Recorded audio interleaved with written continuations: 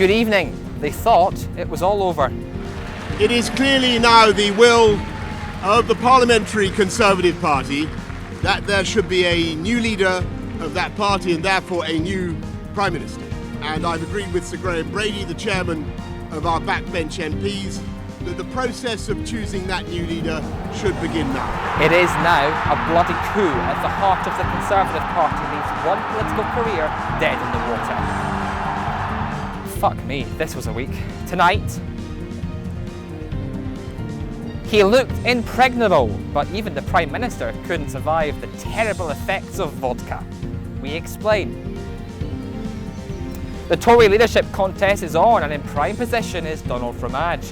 Is it his time to shine on the highest stage in UK politics? He tells us all, and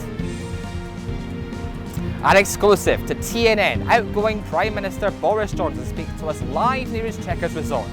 Our camera team are on site and preparing for the network's highest ever profile interview. Thursday, 14th of July, 2022, from TNN. This is a special edition of The Weekly with Jeremy Barr. Conservatives in crisis. The moment finally arrived, the day we didn't think possible would ever come. The moment Boris Johnson went to the lectern outside number 10 Downing Street to concede defeat. The Tory party, infamous for casting aside anyone who crosses their path, often violently, stabbed the Prime Minister 58 times all over his body in the space of 2 days. It was brutal, it was bloody, with every stabbing motion broadcast live on BBC News as the ticker crept up and up and up. Even now, he continues to lose blood, so here is a ticker of our own. That there is the amount of political blood Boris Johnson has lost since last Tuesday, well over a litre and climbing.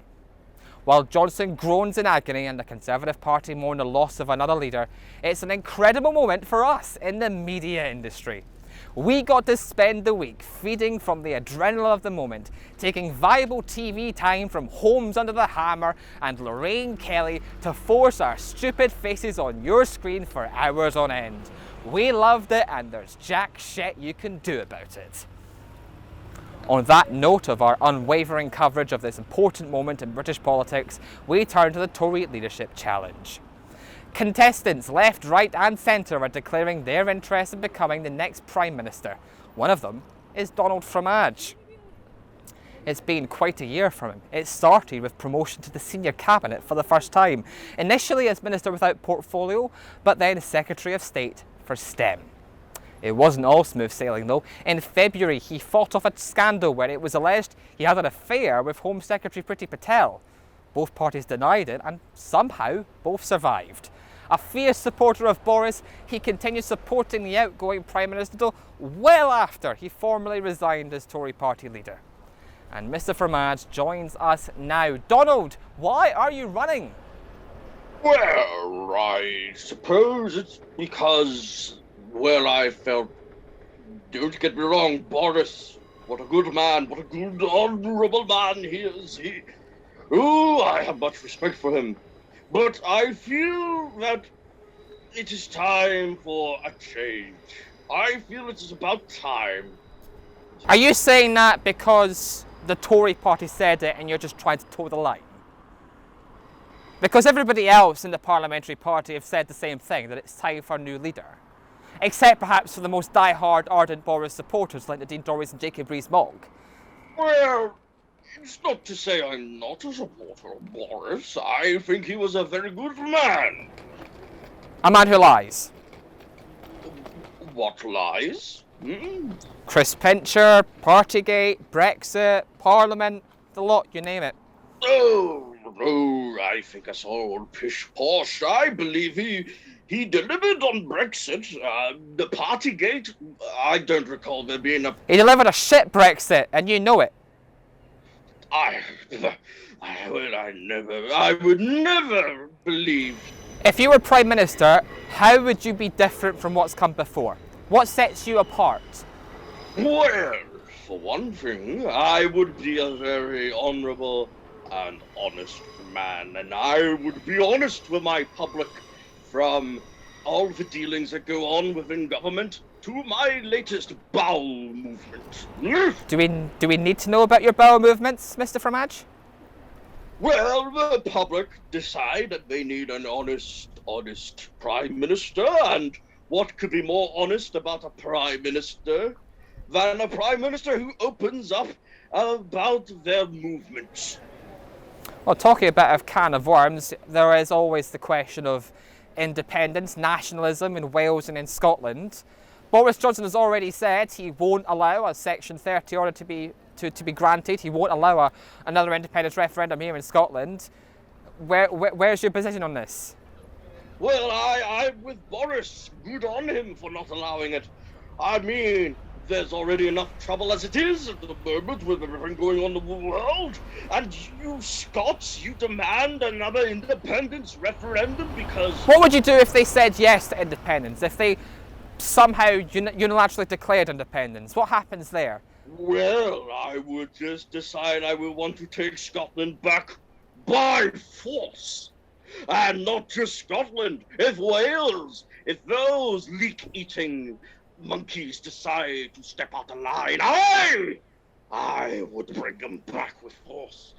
And why stop there? Why not declare war upon China?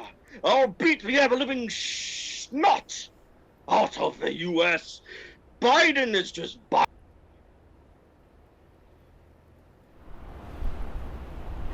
It looks like we've lost the sound there with Donald Fromage. Yeah, I think we're going to have to move on.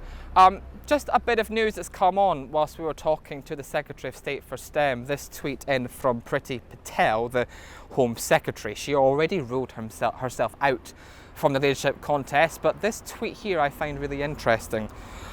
Donald has a micro-dick. And we're not too sure if she's admitting to having had an affair in February here or something else is going on, but we'll find that out as soon as we can. Time to take a break. There's still lots to come on tonight's edition of the programme. We've got the outgoing Boris Johnson live in an exclusive interview, why he's gone and what he does next. That in a little while. You're watching The Weekly on TNN.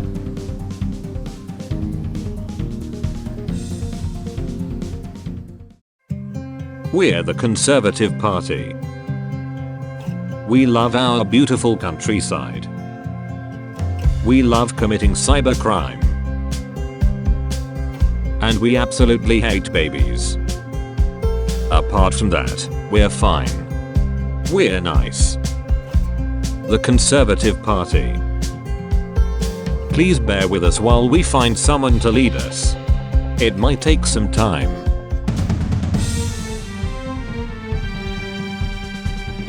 Welcome back. It seems remarkable that it's taken until now to throw the Prime Minister out of Downing Street.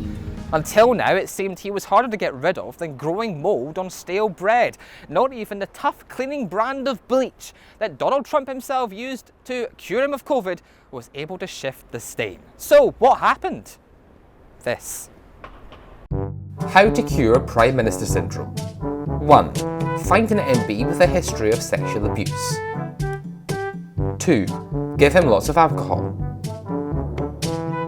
3. Give him even more alcohol. 4. Give him space to snog every man in the room. 5. The next morning, while he has a massive hangover, feed him a lie about how he got his dick out in the room. 6. Force him to resign out of embarrassment. 7. Offer the Prime Minister a stiff drink. He will need it. 8. Wait for scandal to explode and precipitate lost confidence. Boris Johnson is now looking for a new job. There are plenty of people out there in the country that were always better qualified to be Prime Minister than Boris Johnson was. Those with leadership, organisation and competency. Take Rebecca Black. The only thing she ever was able to do was sing about the fact it was Friday, but at least she knew her limits. Kim Kardashian is filthy rich and completely out of touch with the public, but even she has the ability to learn. Peppa Pig is literally just 4 years old and has more empathy in her right hoof than Johnson has in him and 17,000 exact duplicates of him. Peter Griffin would drink on the job and achieve absolutely nothing, but genuinely nothing is better than his pile of shit. And even Dennis Nilsson, at least he could organise a good murder. 12 of them. And while you ponder on that, a reminder that Boris himself is with us in a matter of moments, straight after this break. You're watching The Weekly on TNN.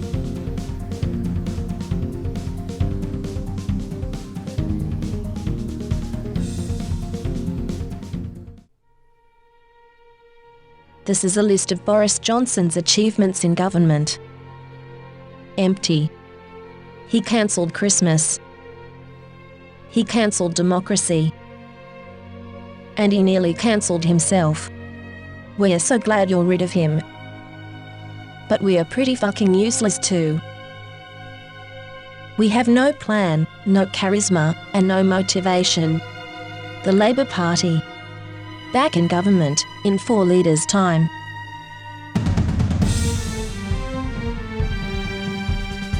Good to see you again. The Prime Minister will be joining us very shortly, but before that, a bit of news about Boris Johnson himself. And this is coming from number 10. The Prime Minister had politely declined a very generous invitation to attend Wimbledon last Sunday. The spokesperson told the media a few moments ago that the Prime Minister was wary of persecution from the crowd and on-court staff, presumably very uncomfortable with the umpire yelling, "Fault! Fault! Out!" in his face all day. Alright, at the top of the programme, Donald Fromage launched his leadership bid live on the show, but things appear to have gone south. Hundreds of you have tweeted us, calling it the most bizarre interview ever broadcast on British TV. We've got Mr. Fromage back on the show now. What happened, Secretary of State? Well, I suppose I got a little carried away. And getting carried away means for Fromage, Mr. Fromage, the threat to declare war on some of your own UK nations and America and China, effectively disintegrating the human race as we know it. I guess you could say that. Yes, I think I just needed a nice cup of tea to calm my inner demons. Well, the news doesn't get any better, Mr. Fromage, because Miss Patel tweeted earlier on this in the hour that you have a micropenis. Is that true? I'm sorry. Where did you hear such outlandish rumour? This is from the Twitter account of the Home Secretary, Priti Patel. Remember, there was this whole thing in February where it was alleged that you and her had an affair. What on earth actually happened there? Because that tweet seems very suggestive that actually something did occur. We made love. It was passionate. It was raw. It was beyond my wildest dreams. What next? This leadership bid of yours, surely you can't carry on. Well, it has been pointed out to me that maniacal tyrant is not the way to go these days. If you want to be Prime Minister, you have to slowly but surely sneak it in as you become Prime Minister, not before. So it is with my own regrets that I have to withdraw from the campaign of being Prime Minister. Mr. Fromage, thank you very much. Thank you. Yes. Coming, Priti! For those of you who have just joined us, Donald Fromage has been forced to withdraw from the Conservative leadership contest in a campaign that lasted just minutes. He was trying to succeed this man, Boris Johnson, who joins us live right now. Prime Minister, your premiership was dogged at every turn by constant bullshit. Did you enjoy eating it?